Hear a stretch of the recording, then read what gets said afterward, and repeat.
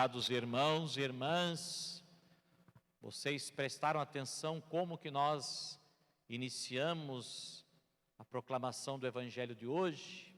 Todos os dias nós dizemos: proclamação do Evangelho de Jesus Cristo, segundo Mateus, Marcos, João, Lucas.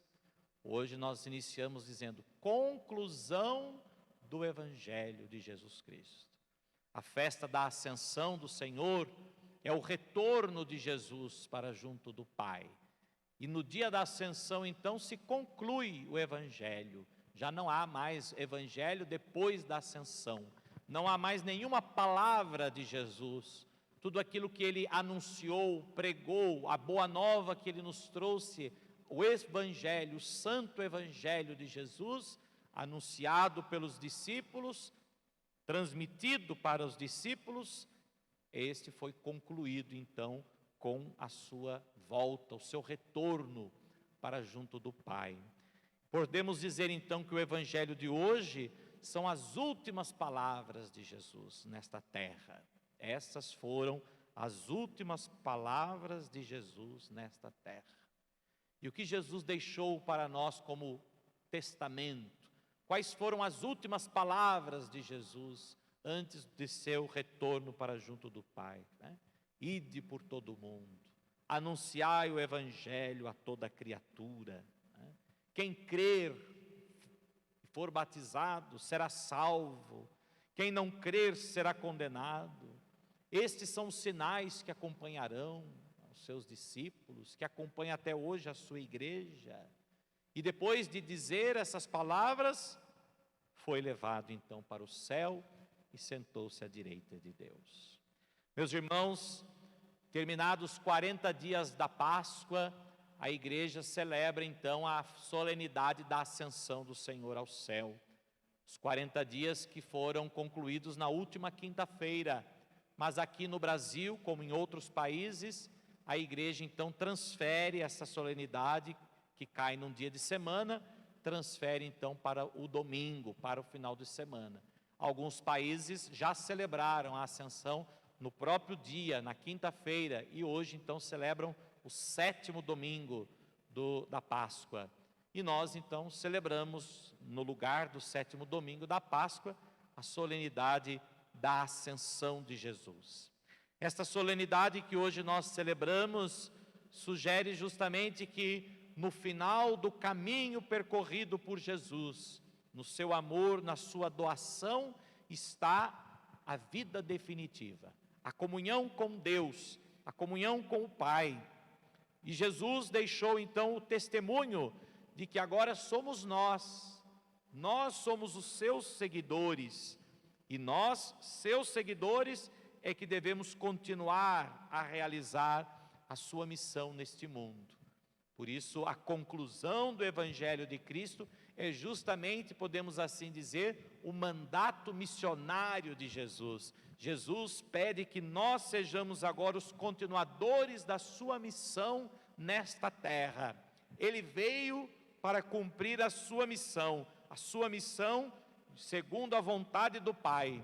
E para que a vontade do Pai fosse cumprida, o Filho, que já existia em condição divina, de junto do Pai e do Espírito Santo, desde toda a eternidade, se encarnou, se fez homem, no ventre da Virgem Maria, Ele se fez homem, e Ele assumiu em tudo a nossa condição humana, menos no pecado, mas veio para cumprir, para realizar. Eis que venho, ó Pai, para realizar, para cumprir a vossa vontade. E Jesus então é a realização da promessa do Pai. Jesus é a personificação da vontade de Deus. Tudo isso, toda a vontade de Deus foi realizada, cumprida, manifestada em Jesus Cristo.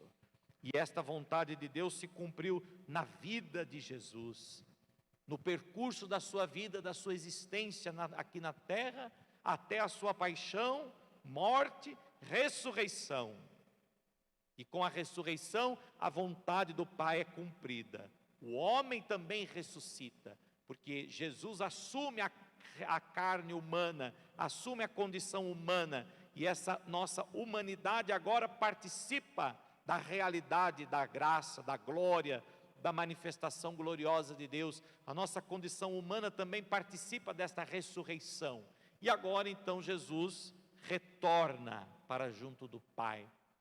Depois de ter tido a sua missão cumprida, ele agora retorna para junto do Pai, a fim de colocar essa mesma humanidade que outrora estava decaída pelo pecado. Essa é a expressão que nós usamos para representar o homem marcado pelo pecado. Com o pecado o homem decaiu, caiu na sua dignidade, na sua condição, pelo qual Deus também o criou. Se por meio de Adão o homem decaiu, por meio de Jesus, o novo Adão, o homem agora foi reerguido, foi elevado, subiu ao céu. Portanto, é a nossa humanidade que agora participa da realidade da graça, da realidade da glória, da realidade do céu. Como nós rezávamos na oração inicial da missa de hoje. Ó Deus, a ascensão do vosso Filho já é a nossa vitória. Sim, a ascensão de Jesus é a nossa vitória, porque a nossa humanidade foi elevada à mais alta dignidade, dignidade na qual o homem jamais imaginou participar, que é a dignidade da glória de Deus, da realidade celestial. Portanto, a ascensão de Jesus é a nossa vitória. Mas Jesus nos diz que para que essa condição na qual Ele inaugurou para nós seja uma realidade para nós, é preciso que nós que aqui continuamos, nós que aqui ficamos, continuemos a sua missão. Continuemos também obedientes à vontade do Pai. Ele nos mostrou que pela obediência nós chegaremos à glória. Ele nos deu o exemplo, Ele é o nosso modelo, e Ele prometeu que toda a humanidade que for fiel ao Pai, à vontade do Pai, toda a humanidade que se submeter a esta mesma vontade, todos aqueles que procurarem seguir o seu exemplo, terão o mesmo destino que Ele teve. Mas nós poderíamos talvez ter a tentação em dizer, mas Jesus era o Filho de Deus, então Deus o elevou, Ele era o Filho de Deus, Ele veio de Deus, portanto Ele poderia voltar, mas Ele não voltou só na condição divina, Ele também voltou na condição humana, Ele voltou com o corpo, Ele voltou com a nossa carne. Mas se ainda assim nós pudéssemos ter a tentação de considerar que o fato dele ser filho de Deus é por isso que ele voltou, mas nós temos também um modelo de alguém que é totalmente humana, que é a Virgem Maria. Maria não é Deus, e no entanto ela está no céu como Jesus, glorificada em corpo e alma. E por que Maria está no céu glorificada em corpo e alma? Porque ela também se submeteu como filho à obediência, à fidelidade, à vontade de Deus. É o que nós celebramos no mês de agosto, na Assunção de Nossa Senhora ao céu. Maria não subiu ao céu por si mesma, porque não era Deus, mas Maria foi elevada ao céu, foi levada para o céu, foi assunta, portanto, assumida por Deus, porque se fez obediente a Deus, porque cumpriu a missão que Jesus deixou na terra, para ela, para os seus discípulos e para toda a igreja. Por isso Maria é a imagem da igreja triunfante. Maria é a imagem, o modelo da igreja, que a igreja deve ser, que somos nós, continuadores da missão de Cristo, fiéis, obedientes à vontade do Pai, para podermos participar da mesma condição da qual ela já participa junto do Filho. Em Maria foi como que antecipado o que será para toda a humanidade. No Evangelho, Jesus ressuscitado aparece aos discípulos. Jesus os ajuda a vencer a desilusão, o comodismo, e por isso os envia em missão como testemunhas de sua missão. De junto do Pai, Jesus agora então continuará a acompanhar os discípulos e através deles a oferecer aos homens a vida nova, a vida definitiva. Portanto, Jesus continua acompanhando os seus discípulos. Quem são os seus discípulos? Ou o que esses discípulos representam? A igreja. Jesus continua acompanhando a sua igreja. A igreja é peregrina, a igreja está sendo conduzida ao céu, porque o céu é o nosso destino, o céu é a condição que Jesus inaugurou para nós, para toda a humanidade. Portanto, a igreja é continuadora da missão de Cristo, porque é através da igreja que os homens se tornarão também novas criaturas, é através da igreja que nós alcançaremos a realidade definitiva da nossa vida, inaugurada por Jesus, inaugurada pela sua ascensão. E na primeira leitura, repete-se a mensagem essencial desta festa de hoje. Jesus, depois de ter apresentado ao mundo o projeto do Pai, a vontade do Pai, Jesus entrou então na vida definitiva da comunhão com Deus, a mesma vida que espera todos os que percorrem o mesmo caminho que Jesus percorreu. Portanto, vejam, meus irmãos, nós temos em Jesus a certeza de que nós também iremos alcançar o mesmo destino de Jesus se percorrermos o mesmo caminho que ele percorreu. Por isso ele veio ao mundo e por isso ele percorreu esse caminho aqui, na terra, para mostrar a nós que é possível que nós também caminhemos. É como se nós quiséssemos chegar a um determinado lugar, aonde uma determinada pessoa chegou, aquela cidade. E, portanto, para chegar no mesmo lugar que ela chegou, eu preciso percorrer o mesmo caminho que ela percorreu. E não adianta a gente querer percorrer um outro caminho.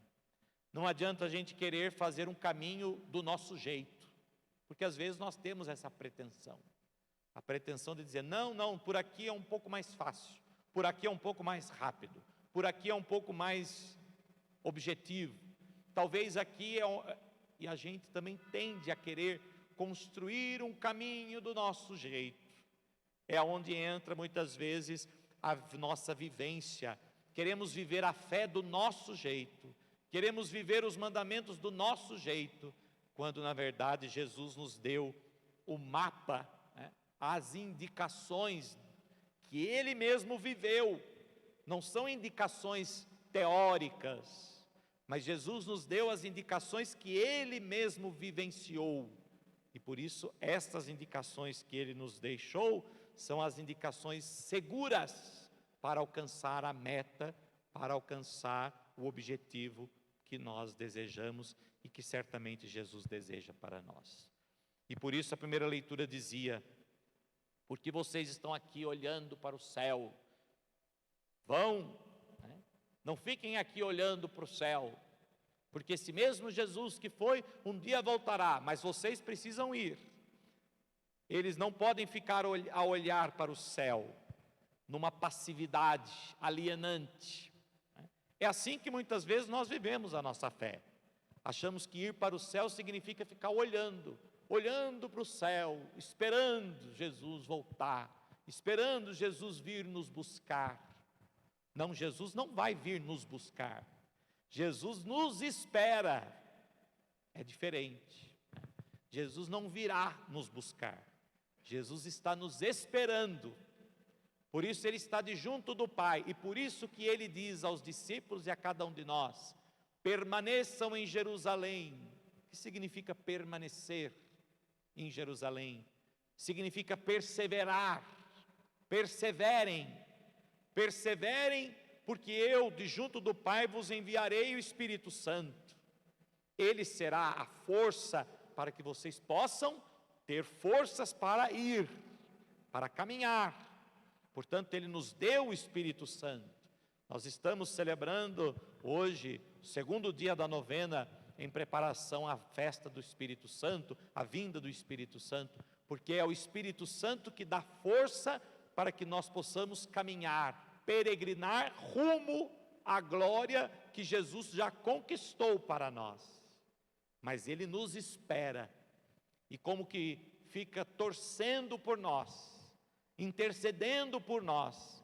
Maria também intercede por nós, junto aos seus filhos, mas nem Maria, nem Nossa Senhora, nem Jesus vai vir nos buscar, mas eles nos esperam porque eles desejam que nós também possamos percorrer o mesmo caminho que eles percorreram, o caminho da fidelidade, a fidelidade diária, a fidelidade de todos os dias, né? A perseverança, mesmo quando tudo parece desmoronar, mesmo quando há desilusão, a tristeza, mesmo quando nós não conseguimos tudo aquilo que tanto desejamos, enfim. Portanto, eles esperam que nós tenhamos a mesma força, a mesma perseverança, a mesma persistência que eles tiveram, para que possamos então ser merecedores daquilo que eles conquistaram para nós. Jesus conquistou essa vida para nós com muito sofrimento. Ele desceu do céu, ele se fez homem, ele assumiu a condição de escravo, ele padeceu na cruz, ele derramou o seu sangue. Portanto, Jesus pagou um alto preço para conquistar o prêmio da imortalidade para a humanidade. Jesus morreu para que nós pudéssemos nele ter a vida eterna. Portanto, meus irmãos, Jesus nos espera. É como um pai que espera que o filho alcance aquele objetivo com suas próprias forças, mas o pai fica ali torcendo, estimulando o filho. Assim Jesus nos espera. Por meio da igreja, Ele continua nos estimulando. Por meio da igreja, Ele continua estimulando os seus filhos peregrinos nesta terra, para que alcancem aquilo que Ele conquistou para nós. Por isso, os discípulos, quando viram o Mestre erguer-se da terra e elevar-se para o alto, não foram tomados pelo desânimo.